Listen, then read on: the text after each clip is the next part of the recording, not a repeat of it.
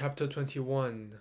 Candide and Martin, reasoning, draw near the coast of France. At length they described the coast of France. "Were you ever in France, Mr. Martin?" said Candide. "Yes," said Martin. "I have been in several provinces. In some one half of the people are fools, in others they are too cunning. In some they are weak and simple, in others they affect to be witty. In all, the principal occupation is love, the next is slander, and the third is talking nonsense." "But, Mr. Martin, have you seen Paris?" "Yes, I have. All these kinds are found there. It is a chaos, a confused multitude, where everybody seeks pleasure, and scarcely anyone finds it, at least as it appeared to me. I made a short stay there. On my arrival I was robbed of all I had by pickpockets at the fair of Saint Germain. I myself was taken for a robber and was imprisoned for 8 days, after which I served as corrector of the press to gain the money necessary for my return to Holland on foot. I knew that the whole scribbling rabble, the party rabble, the fanatic rabble, it is said that there are very polite people in that city, and I wished to believe it. For my part, I have no curiosity to see France," said Candide. "You may easily imagine that after spending a month at El Dorado, I can desire to behold nothing upon earth but Miss Cunegonde. I go to await her at Venice. We shall pass through France on our way to Italy. Will you bear me company?" "With all my heart," said Martin. "It is said that Venice is fit only for its own nobility, but that strangers meet with a very good reception if they have a good deal of money. I have none of it. You have. Therefore I will follow you all over the world." "But do you believe," said Candide, "that the earth was originally a sea, as we find it asserted in that large book belonging to the captain?" "I do not believe a word of it," said Martin, "any more than I do of the many ravings which have been published lately." "But for what end, then, has this world been formed?" said Candide. "To plague us to death," answered Martin. "Are you not greatly surprised," continued Candide, "at the love of which these two girls of the Orleans had for those monkeys, of which I have already told you?" "Not at all," said Martin. "I do not see that passion was strange. I have seen so many extraordinary things that I have ceased to be surprised." "Do you believe," said Candide, "that men have always massacred each other as they do today? That they have always been liars, cheats, traitors, ingrates, brigands, idiots, thieves, scoundrels, gluttons, drunkards, misers, envious, ambitious, bloody-minded, calumniators, debauchees, fanatics, hypocrites, and fools?" "Do you believe," said Martin, "that hawks have always eaten pigeons when they have found them?" "Yes, without doubt," said Candide. "Well then," said Martin, "if hawks have always had the same character, why should you imagine that men may have changed theirs?" "Oh," said Candide, "there is a vast deal of difference, for free will and reasoning." Thus they arrived at Bordeaux. Chapter 22. What happened in France to Candide and Martin. Candide stayed in Bordeaux no longer than was necessary for the selling of a few of the pebbles of El Dorado, and for hiring a good chaise to hold 2 passengers. For he could not travel without his philosopher Martin.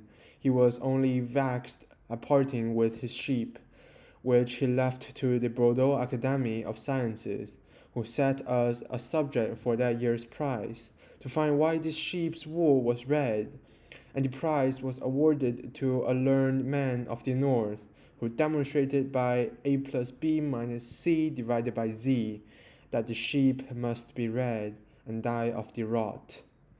Meanwhile, all the travellers whom Candide met in the inns along his route said to him, "We go to Paris." This general eagerness at length gave him too a desire to see this capital, and it was not so very great a detour from the road to Venice. He entered Paris by the suburb of Saint Marceau, and fancied that he was in the dirtiest village of Westphalia. Scarcely was Candide arrived at his inn than he found himself attacked by a slight illness caused by fatigue.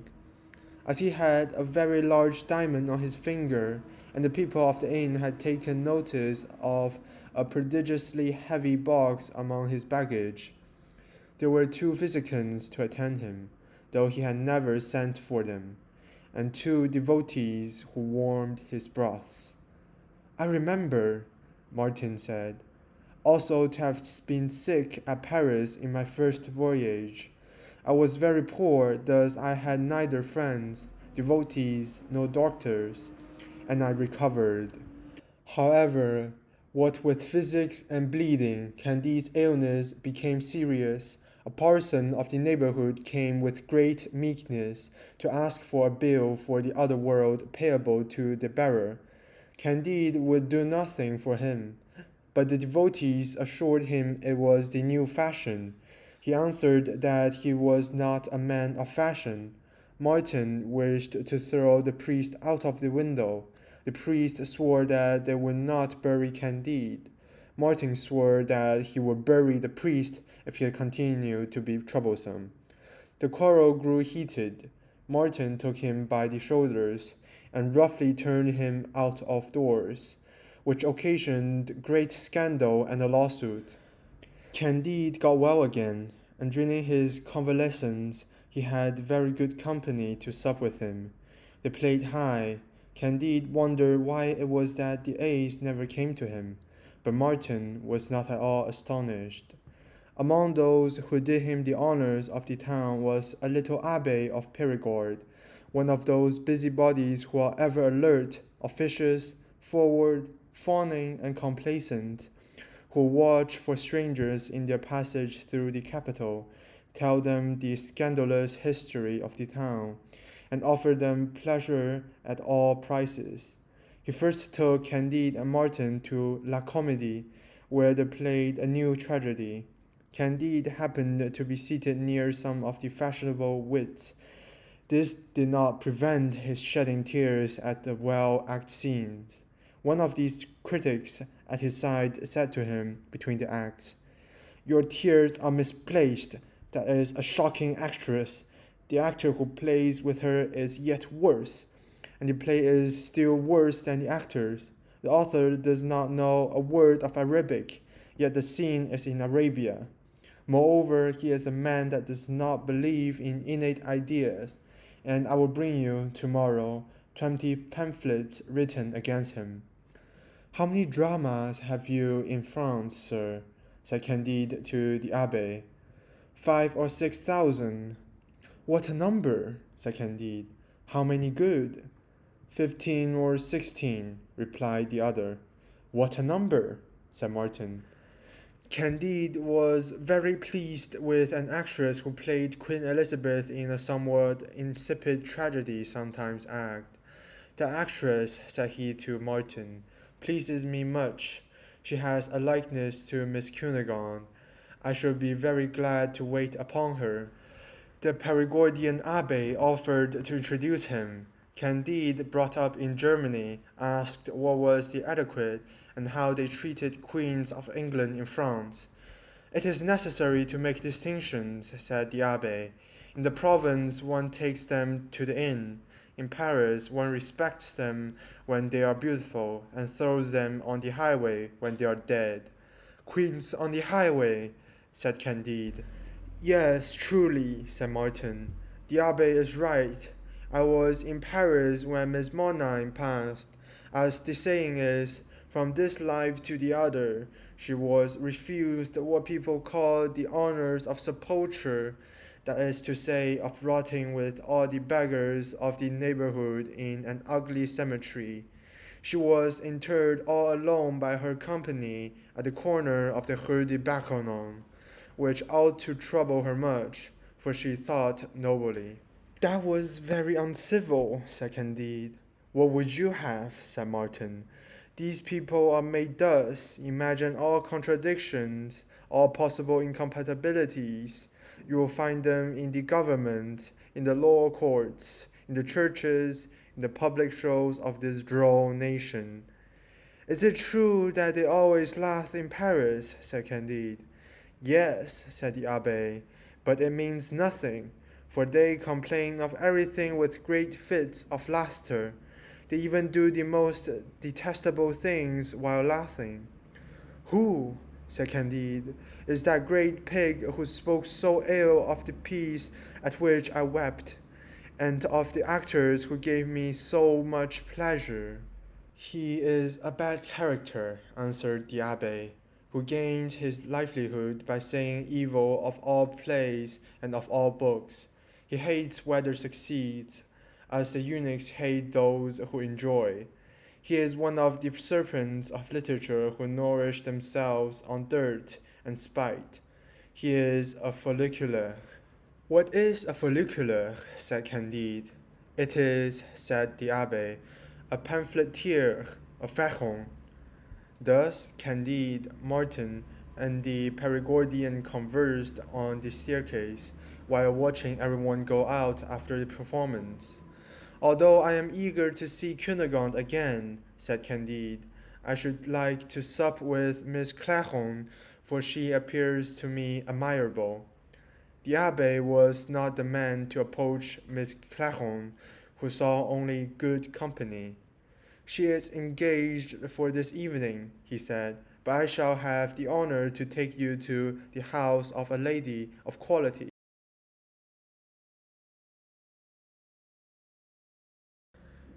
Candide, who was naturally curious, let himself be taken to this lady's house. At the end of the Faubourg Saint Honoré, the company was occupied in playing faro. A dozen melancholy punters held each in his hand a little pack of cards, a bad record of his misfortunes. Profound silence reigned. Pallor was on the faces of the punters, anxiety on that of the banker, and the hostess, sitting near the unpitying banker, noticed with lynx eyes all the doubled and other increased stakes on each player dogs earned his cards. She made them turn down the edges again with severe but polite attention. She showed no vexation for fear of losing her customers. The lady insisted upon being called the Marchioness of Parolignac.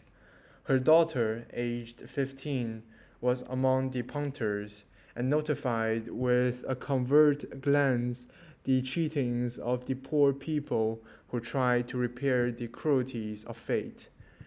The Perigordian abbe, Candide, and Martin entered. No one rose, no one saluted them, no one looked at them. All were profoundly occupied with their cards. The Baroness of Thunder Ten Tronckh was more polite, said Candide. However, the abbe whispered to the Marchioness, who half rose, honored Candide with a gracious smile, and Martin with a condescending nod. She gave a seat and a pack of cards to Candide, who lost 50,000 francs in 2 deals, after which they supped very gaily, and everyone was astonished that Candide was not moved by his loss. The servants said among themselves, in the language of servants, "Some English lord is here this evening." The supper passed at first like most Parisian suppers, in silence, followed by a noise of words which could not be distinguished, then with pleasantries of which most were insipid, with false news, with bad reasoning, a little politics, and much evil speaking. They also discussed new books. Have you seen, said the Perigordian abbe, the romance of Signor Gotchat, Doctor of Divinity? Yes, answered one of the guests, but I have not been able to finish it. We have a crowd of silly writings, but altogether do not approach the impertinence of Gottschalk Doctor of Divinity. I am so satiated with the great number of detestable books with which we are inundated that I am reduced to punting at Pharaoh. And the melange of Archdeacon Troubled, what do you say of that? Said the abbe. Ah, said the Marchioness of Parolignac, the wearisome mortal. How curiously he repeats to you all that the world knows. How heavily he discusses that which is not worth the trouble of lightly remarking upon. How, without wit, he appropriates the wit of others. How he spoils what he steals. How he disgusts me. But he will disgust me no longer. It is enough to have read a few of the Archdeacon's pages. There was at table a wise man of taste, who supported the Marchioness. They spoke afterwards of tragedies. The lady asked why there were tragedies which were sometimes played and which could not be read. The man of taste explained very well how a piece could have some interest and have almost no merit. He proved in few words that it was not enough to introduce one or two of those situations which one finds in all romance, and which always seduce the spectator, but that it was necessary to be new without being odd, often sublime, and always natural, to know the human heart, and to make it speak, to be a great poet without allowing any person in the piece to appear to be a poet, to know language perfectly, to speak it with purity, with continuous harmony and without rhythm ever taking anything from sense. Whoever, added he, does not observe all these rules can produce one or two tragedies, applaud at a theatre, but he will never be counted in the ranks of good writers. There are very few good tragedies. Some are idyls in dialogue, well written and well rhymed, others political reasonings which lull to sleep, or amplifications which repel, others demoniac dreams in barbarous style, interpreted in sequence, with long apostrophes to the gods because they do not know how to speak to men, with false maxims, with bombastic commonplaces. Candide listened with attention to this discourse, and conceived a great idea of the speaker, and as the Marchioness had taken care to place him beside her, he leaned towards her, and took the liberty of asking who was the man who had spoken so well. He is a scholar, said the lady, who does not play, whom the abbe sometimes brings to supper. He is perfectly at home among tragedies and books, and he has written a tragedy which was his, and a book of which nothing has ever been seen outside his bookseller's shop, excepting the copy which he dedicated to me. The great man, said Candide, he is another Pangloss. Then, turning towards him, he said, Sir, you think doubtless that all is for the best in the moral and physical world, and that nothing could be otherwise than it is? Aye, sir, answered the scholar, I know nothing of all that.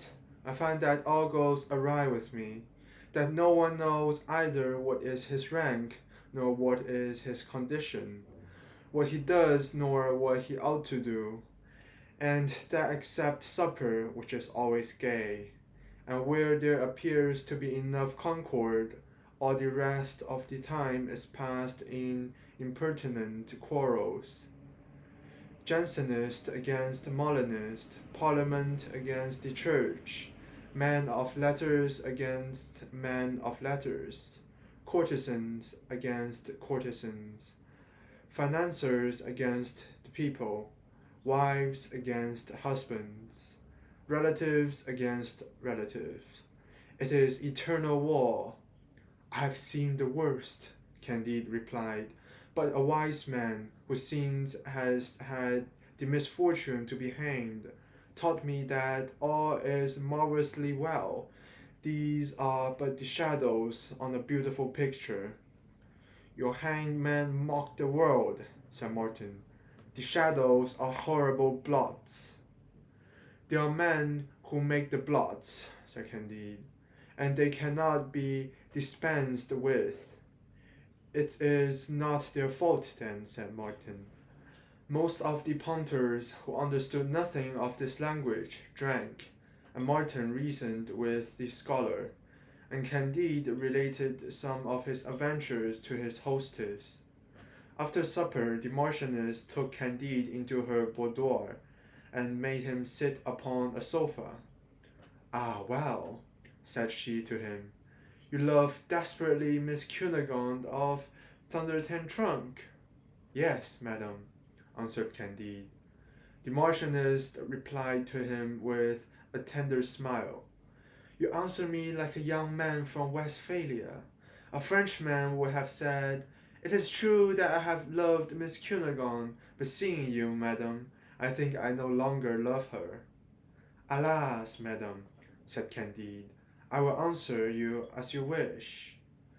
Your passion for her, said the Marchioness, commenced by picking up her handkerchief. I wish that you would pick up my garter. With all my heart, said Candide, and he picked it up. But I wish that you would put it on, said the lady, and Candide put it on.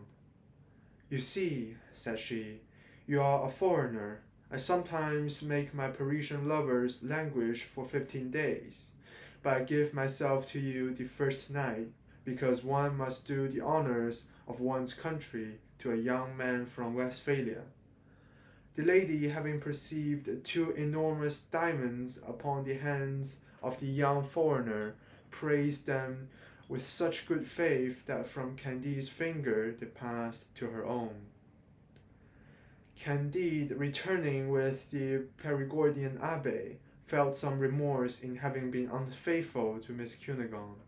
The Abbé sympathized in his trouble. He had had but a light part of the 50,000 francs lost at play, and of the value of the two brilliants, half given, half extorted. His design was to profit as much as he could by the advantages which the acquaintance of Candide could procure for him. He spoke much of Cunegonde, and Candide told him that he should ask forgiveness of that beautiful one for his infidelity when he should see her in Venice. The Abbé redoubled his politeness and attentions, and took a tender interest in all that Candide said, in all that he did, in all that he wished to do. And so, sir, you have a rendezvous at Venice? Yes, Monsieur Abbé, answered Candide. It is absolutely necessary that I go to meet Miss Cunegonde. And then the pleasure of talking of that which he loved induced him to relate, according to his custom, part of his adventures with the fair Westphalian. I believe, said the Abbé, that Miss Cunegonde has a great deal of wit, and that she writes charming letters. I've never received any from her, said Candide. For being expelled from the castle on her account, I had not an opportunity for writing to her. Soon after that I heard she was dead, then I found her alive, then I lost her again, and last of all I sent an express to her 2,500 leagues from here, and I wait for an answer. The Abbé listened attentively, and seemed to be in a brown study.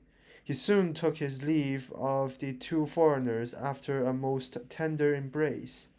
The following day Candide received, on awaking, a letter couched in these terms: My very dear love, for 8 days I have been ill in this town. I learn that you are here. I will fly to your arms if I could but move. I was informed of your passage at Bordeaux, where I left faithful Cacambo and the old woman, who are to follow me very soon. The governor of Buenos Aires has taken all, but there remains to me your heart. Come, your presence will either give me life or kill me with pleasure. This charming, this unhoped for letter transported Candide with an inexpressible joy, and the illness of his dear Cunegonde overwhelmed him with grief. Divided between those two passions, he took his gold and his diamonds and hurried away, with Martin, to the hotel where Miss Cunegonde was lodged. He entered her room trembling, his heart palpitating, his voice sobbing. He wished to open the curtains of the bed and asked for a light. "Take care what you do," said the servant maid. The light hurt her, and immediately she drew the curtain again. "My dear Cunegonde," said Candide, weeping, "how are you? If you cannot see me, at least speak to me." "She cannot speak," said the maid. The lady then put a plump hand out from the bed, and Candide bathed it with his tears and afterwards filled it with diamonds, leaving a bag of gold upon the east chair. In the midst of these transports in came an officer, followed by the Abbé and a file of soldiers. "There," said he, "are the two suspected foreigners," and at the same time he ordered them to be seized and carried to prison. "Travellers are not treated thus in El Dorado," said Candide. "I am more a Manichean now than ever," said Martin. "But pray, sir, where are you going to carry us?" said Candide. "To a dungeon," answered the officer. Martin, having recovered himself a little, judged that the lady who acted the part of Cunegonde was a cheat, that the Perigordian Abbé was a knave who had imposed upon the honest simplicity of Candide, and that the officer was another knave whom they might easily silence. Candide, advised by Martin, and impatient to see the real Cunegonde, rather than expose himself before a court of justice, proposed to the officer to give him 3 small diamonds, each worth about 3,000 pistols. "Ah, sir," said the man with the ivory baton, "had you committed all the imaginable crimes, you would be to me the most honest man in the world. 3 diamonds, each worth 3,000 pistols. Sir, instead of carrying you to the jail, I will lose my life to serve you. There are orders for arresting all foreigners, but leave it to me. I have a brother at Dieppe in Normandy. I will conduct you thither, and if you have a diamond to give him, he will take as much care of you as I would." "And why," said Candide, "should all foreigners be arrested?" "It is," the Perigordian Abbé then made answer, "because a poor beggar of the country of Atrebate heard some foolish things said.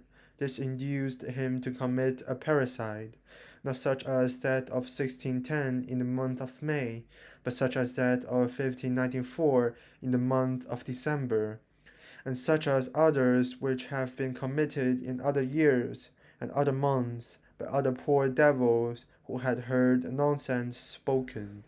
The officer then explained what the Abbé meant. "Ah, the monsters!" cried Candide.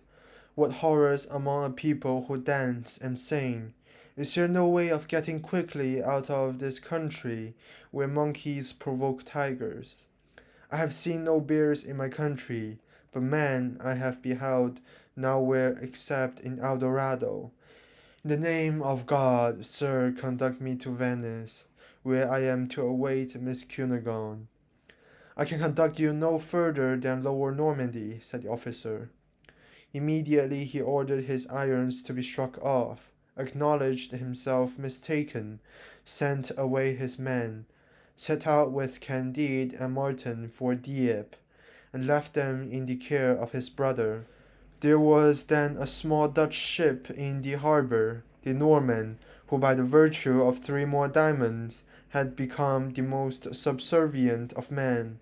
put Candide and his attendants on board a vessel that was just ready to set sail for Portsmouth in England. This was not the way to Venice, but Candide thought he had made his way out of hell, and reckoned that he would soon have an opportunity for resuming his journey. Chapter 23. Candide and Martin touched upon the coast of England and what they saw there. Ah, Pangloss, Pangloss! Ah, Martin, Martin! Ah, my dear Cunegonde! What sort of a world is this? Said Candide on board the Dutch ship. Something very foolish and abominable, said Martin. You know England? Are they as foolish there as in France? It is another kind of folly, said Martin. You know that these two nations are at war for a few acres of snow in Canada, and that they spend over this beautiful war much more than Canada is worth. To tell you exactly, whether there are more people fit to send to a madhouse in one country than the other, is what my imperfect intelligence will not permit. I only know in general that the people we are going to see are very atrabilious. Talking thus, they arrived at Portsmouth. The coast was lined with crowds of people, whose eyes were fixed on a fine man kneeling, with his eyes bandaged, on board one of the men of war in the harbour. 4 soldiers stood opposite to this man. Each of them fired 3 balls at his head, with all the calmness in the world, and the whole assembly went away very well satisfied. What is all this? Said Candide, and what demon is it that exercises his empire in this country? He then asked who was that fine man who had been killed with so much ceremony. They answered he was an admiral. And why kill this admiral? It is because he did not kill a sufficient number of men himself. He gave battle to a French admiral, and it has been proved that he was not near enough to him. But, replied Candide, the French admiral was as far from the English admiral. There is no doubt of it, but in this country it is found good from time to time to kill one admiral to encourage the others. Candide was so shocked and bewildered by what he saw and heard that he would not set foot on shore, and he made a bargain with the Dutch skipper, were he even to rob him like the Suriname captain, to conduct him without delay to Venice. The skipper was ready in 2 days. They coasted France. They passed in sight of Lisbon, and Candide trembled. They passed through the straits, and entered the Mediterranean. At last they landed at Venice. God be praised, said Candide, embracing Martin. It is here that I shall see again my beautiful Cunegonde. I trust Cacambo as myself. All is well. All will be well. All goes as well as possible. Chapter 24. Of Paquette and Friar Giroflée. Upon their arrival at Venice, Candide went to search for Cacambo at every inn and coffee house, and among all the ladies of pleasure, but to no purpose. He sent every day to inquire on all the ships that came in, but there was no news of Cacambo. What? Said he to Martin. I have had time to voyage from Suriname to Bordeaux, to go from Bordeaux to Paris, from Paris to Dieppe, from Dieppe to Portsmouth, to coast along Portugal and Spain, to cross the whole Mediterranean, to spend some months, and yet the beautiful Cunegonde has not arrived. Instead of her, I have only met a Parisian wench and a Perigordian abbe. Cunegonde is dead without doubt, and there is nothing for me but to die. Alas, how much better it would have been for me to have remained in the paradise of El Dorado than to come back to this cursed Europe. You are in the right, my dear Martin. All is misery and illusion. He fell into a deep melancholy, and neither went to see the opera nor any of the other diversions of the carnival. Nay, he was proof against the temptations of all the ladies. You are in the truth very simple, said Martin to him, if you imagine that a mongrel valet, who has 5 or 6 millions in his pocket, will go to the other end of the world to seek your mistress and bring her to you to Venice. If he find her, he will keep her to himself. If he do not find her, he will get another. I advise you to forget your valet, Cacambo, and your mistress, Cunegonde. Martin was not consoling. Candide's melancholy increased, and Martin continued to prove to him that there was very little virtue or happiness upon earth, except perhaps in Eldorado, where nobody could gain admittance. While they were disputing on this important subject and waiting for Cunegonde, Candide saw a young Thetan friar in St. Mark's Piazza, holding a girl on his arm. The Thetan looked fresh-colored, plump, and vigorous. His eyes were sparkling, his air assured, his look lofty, and his step bold. The girl was very pretty and sang. She looked amorously at her Thetan, and from time to time pinched his fat cheeks. At least you allow me, said Candide to Martin, that these two are happy. Hitherto I have met with none but unfortunate people in the whole habitable globe, except in Eldorado. But as to this pair, I would venture to lay a wager that they are very happy. I lay you they are not, said Martin. We need only ask them to dine with us, said Candide, and you will see whether I am mistaken. Immediately he accosted them, presented his compliments, and invited them to his inn to eat some macaroni with Lombard partridges and caviar, and to drink some Montepulciano, Lacrimine Christi, Cyprus, and Samos wine. The girl blushed.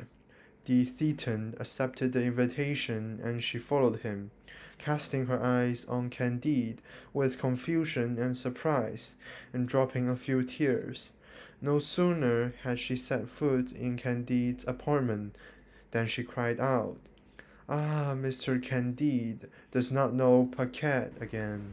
Candide had not viewed her as yet with attention, his thoughts being entirely taken up with Cunegonde, but recollecting her as she spoke. "Alas," said he, "my poor child, it is you who reduced Dr. Pangloss to the beautiful condition in which I saw him." "Alas, it was I, sir, indeed," answered Paquette. "I see that you have heard all. I have been informed of the frightful disasters that befell the family of my Lady Baroness and the fair Cunegonde. I swear to you that my fate has been scarcely less sad. I was very innocent when you knew me. A great friar, who was my confessor, easily seduced me. The consequences were terrible. I was obliged to quit the castle some time after the Baron had sent you away with kicks on the backside. If a famous surgeon had not taken compassion on me, I should have died. For some time I was this surgeon's mistress, merely out of gratitude. His wife, who was mad with jealousy, beaten me every day unmercifully. She was a fury. The surgeon was one of the ugliest of men, and I the most wretched of women. To be continually beaten for a man I did not love, you know, sir, what a dangerous thing it is for an ill-natured woman to be married to a doctor. Incensed at the behavior of his wife, he one day gave her so effectual a remedy to cure her of a slight cold, that she died 2 hours after, in most horrid convulsions. The wife's relations prosecuted the husband. He took flight, and I was thrown into jail. My innocence would have not saved me if I had not been good looking. The judge set me free on condition that he succeeded the surgeon. I was soon supplanted by a rival, turned out of doors quite destitute, and obliged to continue this abominable trade, which appears so pleasant to you men, while to us women it is the utmost abyss of misery. I have come to exercise the profession at Venice. Ah, sir, if you could only imagine what it is to be obliged to caress indifferently an old merchant, a lawyer, a monk, a gondolier, an abbe, to be exposed to abuse and insults, to be often reduced to borrowing a petticoat, only to go and have it raised by a disagreeable man, to be robbed by one of what one has earned from another, to be subject to the extortions of the officers of justice, and to have in prospect only a frightful old age, a hospital, and a dunghill. You would conclude that I'm one of the most unhappy creatures in the world.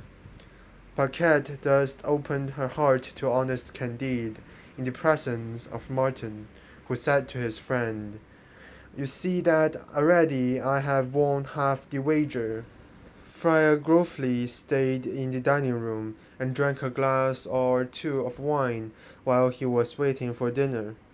"But," said Candide to Paquette, "you looked so gay and content when I met you.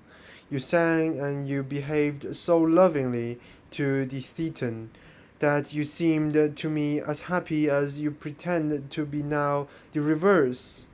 "Ah, sir," answered Paquette, "this is one of the miseries of the trade. Yesterday I was robbed and beaten by an officer, yet today I must put on good humour to please the friar." Candide wanted no more convincing. He owned that Martin was in the right. They sat down to table with Paquette and the Thetan. The repast was entertaining, and towards the end they conversed with all confidence. "Father," said Candide to the friar, "you appear to me to enjoy a state that all the world might envy. The flower of health shines in your face. Your expression makes plain your happiness. You have a very pretty girl for your recreation, and you seemed well satisfied with your state as a Thetan." "My faith, sir," said Friar Grofley, "I wish that all the Thetans were at the bottom of the sea. I have been tempted 100 times to set fire to the convent, and go and become a Turk. My parents forced me at the age of 15 to put on this detestable habit, to increase the fortune of a cursed elder brother, whom God confound. Jealousy, discord, and fury dwell in the convent. It is true I have preached a few bad sermons that have brought me in a little money, of which the prior stole half, while the rest serves to maintain my girls. But when I return at night to the monastery, I am ready to dash my head against the walls of the dormitory, and all my fellows are in the same case." Martin turned towards Candide with his usual coolness. "Well," said he, "have I not won the whole wager?" Candide gave 2,000 piasters to Paquette and 1,000 to Friar Grofley. "I will answer for it," said he, "that with this they will be happy." "I do not believe it at all," said Martin. "You will, perhaps, with these piasters, only render them the more unhappy." "Let that be as it may be," said Candide. "But one thing consoles me.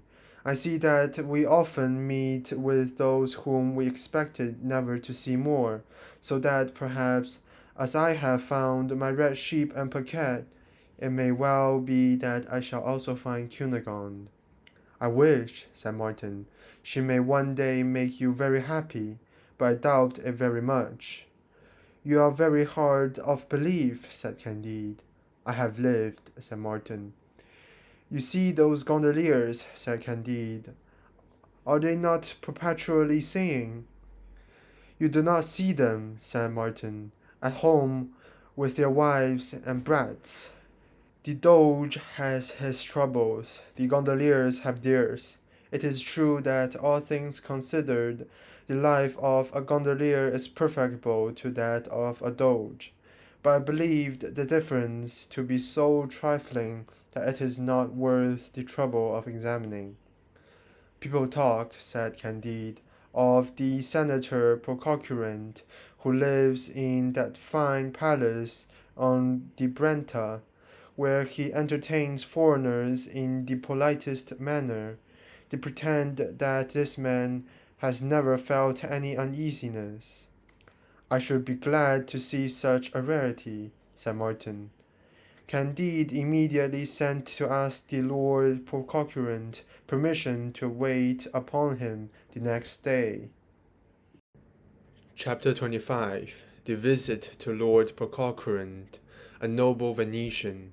Candide and Martin went in a gondola on the Brenta, and arrived at the palace of the noble Signor Procurant. The gardens, laid out with taste, were adorned with fine marble statues. The palace was beautifully built. The master of the house was a man of 60, and very rich. He received the two travellers with polite indifference, which put Candide a little out of countenance, but was not at all disagreeable to Martin. First, two pretty girls, very neatly dressed, served them with chocolate, which was frothed exceedingly well. Candide could not refrain from commending their beauty, grace, and address. "They are good enough creatures," said the senator. "I make them lie with me sometimes, for I am very tired of the ladies of the town, of their coquetries, of their jealousies, of their quarrels, of their humours, of their pettinesses, of their prides, of their follies, and of the sonnets which one must make, or have made, for them. But after all, these two girls begin to weary me." After breakfast, Candide, walking into a long gallery, was surprised by the beautiful pictures. He asked, by what master were the two first? "They are by Raphael," said the senator. "I bought them at a great price, out of vanity, some years ago. They are said to be the finest things in Italy, but they do not please me at all. The colors are too dark, the figures are not sufficiently rounded, nor in good relief. The draperies in no way resembled stuffs. In a word, whatever may be said, I do not find there a true imitation of nature. I only care for a picture when I think I see nature itself, and there are none of this sort. I have a great many pictures, but I prize them very little." While they were waiting for dinner, Pococurant ordered a concert. Candide found the music delicious. "This noise," said the senator, "may amuse one for half an hour, but if it were to last longer, it would grow tiresome to everybody, though they durst not own it. Music today is only the art of executing difficult things, and that which is only difficult cannot please long. Perhaps I should be fonder of the opera if they had not found the secret of making of it a monster which shocks me. Like who will go to see bad tragedies set to music, where the scenes are contrived for no other end than to introduce two or three songs ridiculously out of place, to show off an actress' voice? Let who will, or who can, die away with pleasure at the sight of an eunuch quavering the role of Caesar or of Cato, and strutting awkwardly upon the stage. For my part, I have long since renounced those paltry entertainments which constitute the glory of modern Italy, and are purchased so dearly by sovereigns." Candide disputed the point a little, but with discretion. Martin was entirely of the senator's opinion. They sat down to table, and after an excellent dinner they went into the library. Candide, seeing a Homer magnificently bound, commenced the virtuoso on his good taste. "There," said he, is a book that was once the delight of the great Pangloss, the best philosopher in Germany. It is not mine, answered Pococurant coolly. They used at one time to make me believe that I took a pleasure in reading him, but that continual repetition of battles so extremely like one another, those gods that are always active without doing anything decisive, that Helen who is the cause of the war, and who yet scarcely appears in the piece, that Troy, so long besieged without being taken, all these together caused me great weariness. I have sometimes asked learned men whether they were not as weary as I of that work. Those who were sincere have owned to me that the poem made them fall asleep, yet it was necessary to have it in their library as a monument of antiquity, or like those rusty medals which are no longer of use in commerce. But your Excellency does not think thus of Virgil, said Candide.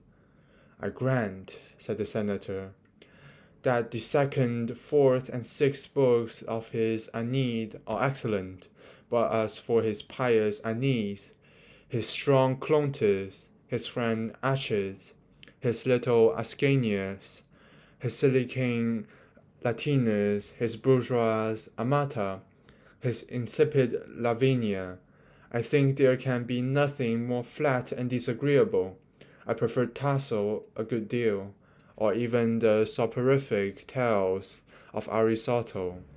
May I presume to ask you, sir, said Candide, whether you do not receive a great deal of pleasure from reading Horace?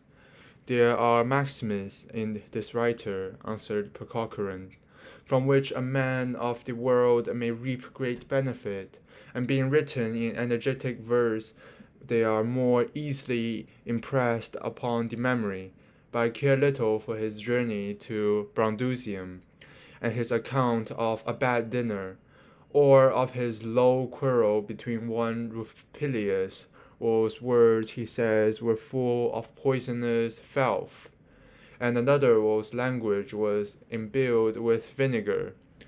I have read with much distaste his indelicate verses against old women and witches, nor do I see any merit in telling his friend Maecenas that if he will but rank him in the choir of lyric poets, his lofty head shall touch the stars.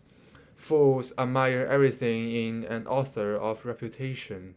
For my part, I read only to please myself.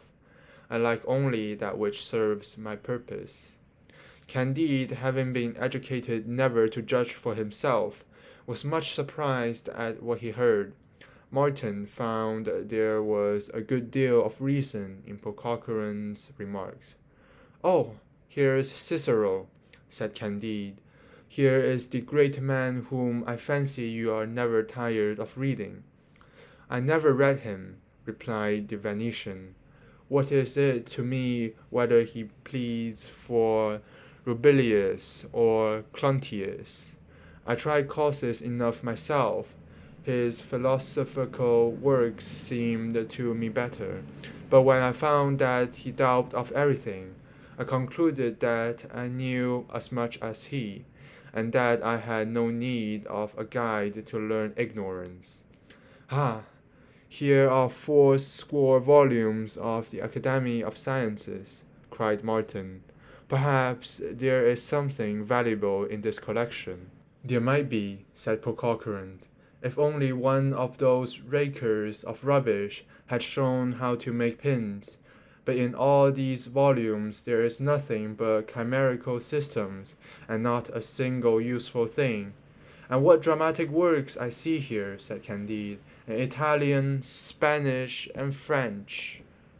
Yes, replied the senator, there are 3,000, and not 3 dozen of them good for anything. As to those collections of sermons, which altogether are not worth a single page of Seneca, and those huge volumes of theology, you may well imagine that neither I nor any one else ever opens them. Martin saw some shelves filled with English books. I have a notion, said he, that a republican must be greatly pleased with most of these books, which are written with a spirit of freedom. Yes, answered Pococurant, it is noble to write as one thinks. This is the privilege of humanity. In all our Italy we write only what we do not think.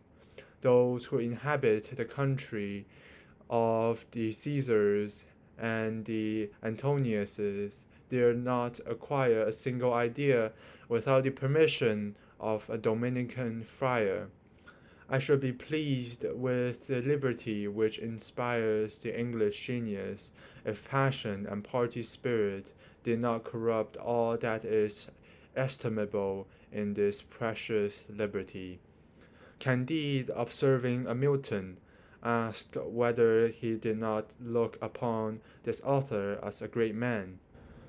Who, said Pococurant, the barbarian who writes a long commentary in 10 books of harsh verse on the first chapter of Genesis, the coarse imitator of the Greeks, who disfigures the creation, and who, while Moses represents the eternal producing the world by word, makes the Messiah take a great pair of compasses from the armory of heaven to circumscribe his work.